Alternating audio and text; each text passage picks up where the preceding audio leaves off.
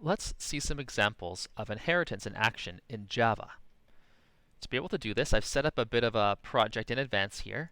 My runner class, I just called it runner just to be really on the nose, and I have a main in here that instantiates my two classes I've created, a dad and a son.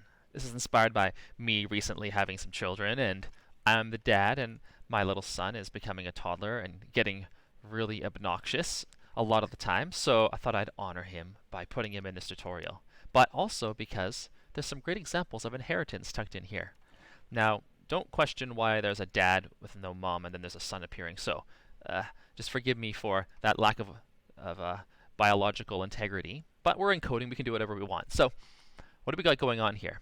What I want to have my dad class do is public dad and have a constructor that just says I am a dad, and then maybe in this son class I will have a public son constructor that says I am a son. And if you haven't guessed this already, the thing I'm setting up here is that we want to use inheritance for the son to be able to inherit traits from the dad. Maybe I should have said father, but the idea that children receive traits from their parents biologically. There's inheritance going on in a literal way, but we can make some kind of artificial inheritance through our code. So right now, when I run my program, I'm going to select my runner as my main class, and let's see what pops out at the bottom of the screen here. Let it build. I should have pre-built this if I was thinking ahead, but that's all right. It won't take too long. Let's let this run and set some things up. And well, while it's building, let's add a couple other pieces of code in here. One thing that I want my dad to be able to do is to state a method, a simple message, void common saying. Let's just say a common saying. Let's do the proper syntax and style here. And the common saying for the father, I just want to be maybe what's a good dad joke? Oh, I'm a dad and I don't even have any good ones that come to mind. But maybe we'll say placeholder dad joke here until I can think of one. We'll see if I can think of one live. But okay, so it's finally run. I am a dad, I am a son. Why is my program saying this? Because I create a dad and then I create a son, and they each have these constructor messages to be able to say their initial kind of thing when they're created. What if I invoke some inheritance? The son extends dad. This is the Java syntax for inheritance. This means that the son is of type dad. It gets to use all the public code that dad has in its class. Technically, in inheritance in Java, everything's inherited, but private stuff, by nature, private means only accessible in the class it's created. So even though it's technically inherited, it's not actually usable. So son inherits all the public stuff. So what happens if on my runner I run this now that inheritance is enabled? Well, let's give this a sec. And it says, I am a dad, I am a dad, I am a son. We have this extra I am a dad message. And to make this really clear why this is the case, I'm going to comment out the dad and have the son now just be the only thing that talks. I am a dad, I am a son. It actually calls the dad's constructor when it's loaded. And in fact, the dad's constructor is run first. So this gives us an interesting insight into how inheritance is working in Java.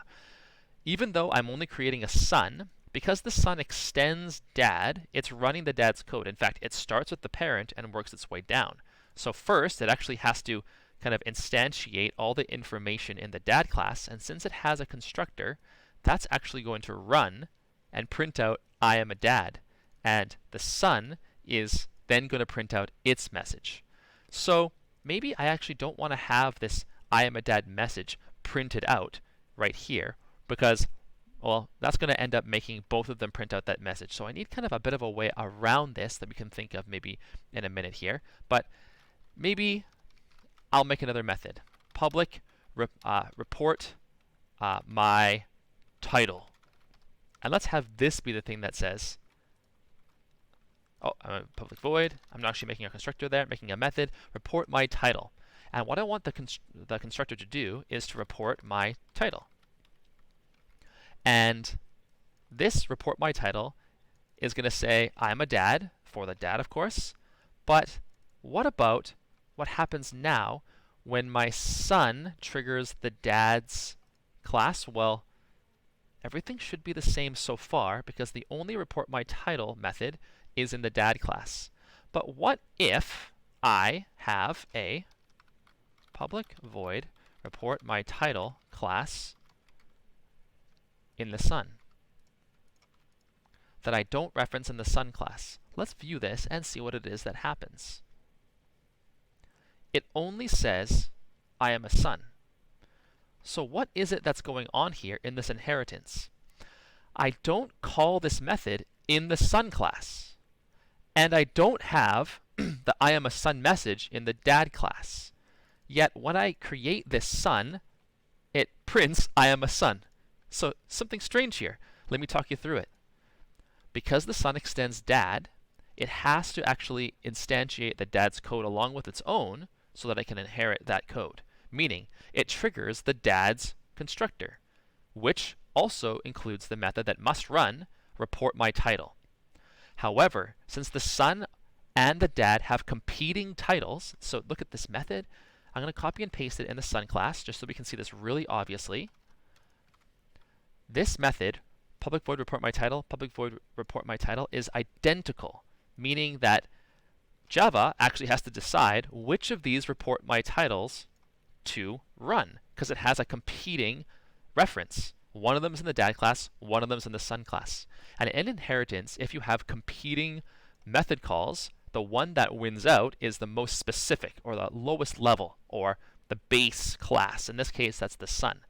Which means that when the dad is reporting my title, being extended from son, this is not calling the dad's version, it's calling the son's version. So a first thing that we kind of see in understanding inheritance is that we can have method calls competing with one another. We call this an override, and sometimes we write this @override kind of symbol. I'm just going to comment it right here for now. This override idea that is saying that this method is overriding the one from the parent. However, what if my dad also, and this is maybe the more common example of how we'll use inheritance for now, it has this common saying. And I could, in my runner, if I let my dad exist here, actually just out of curiosity before we talk about this, what happens if I run my dad and my son now at the same time? The dad runs first, says I'm a dad. The son says I am a son, because the dad has his own method, and the dad doesn't extend son, or doesn't know anything about the son really in terms of this inheritance, so it runs its own, whereas the son runs its overriding method. And then we get that message popping out. So hopefully that makes it really clear how this overriding stuff is working. And, okay, let's go back to this common saying. In my runner, I can run dad.common saying. And if I run my program, I'm just going to have it print out that placeholder dad joke, because the dad called it. But what about the son? The son's, actually, if I type this in here, has the ability to also make a common saying. Yet, in the son class, I don't have a common saying method. What's going on here? The son is inheriting this method from the dad. It's a public method, meaning that any inheriting class has access to it. And when it's called, it's going to run in the exact way that is written in the parent, meaning it's going to print out the placeholder dad joke. So here I can see that I have the placeholder dad joke being reported twice. What if I wanted the son to say a different joke? Well, I'd want to override this method with one of his own. So what might the common saying be? It might be a culturally relevant joke instead for the son. Now if I run this, the common saying that's called will be the son's own one because it overrides the one from the father. So in inheritance, we have the ability to allow the parent to define behaviors and define identity of things, but we can also override the parents if we want to. The metaphor holds up really well in real life, where children will often mimic and inherit lots of different things. Maybe like my son, he kind of obnoxiously really makes faces and says things in ways that I do, and when he does it, it's just like, oh man, you're a weirdo. But then I realize that's exactly what I do. And it's kind of this wake-up call to the fact that I actually kind of behave in ways that I didn't really realize. It's very self-reflective, actually. So my son does inherit and say a lot of the things that I do, but the older he gets, the more often he decides, you know what? I have my own identity that I want to run with. I'm going to override the things that you taught me, and I'm going to insert my own ideas in here. However, that doesn't necessarily mean that I can't still say the same things that my father does, because I have the ability in the son class to actually still be able to remember things that my father does. If I type in the word super, this means that I have direct access to the things that my father does specifically. So if in the constructor I say super.common_saying, even though I have a common saying in my son class, by putting it after the super call, I'm saying I actually want to look to my father. I want to look to the parent class, my dad, and say what he says. So now when the son's constructed, he is actually going to say the placeholder dad joke because, well, I am a son is created. This is the call that's run from the constructor. I actually get to access the thing that my dad says. So technically, I could actually build a method if I wanted to not put it in the constructor here. I could put in a method, something like public void dad sayings.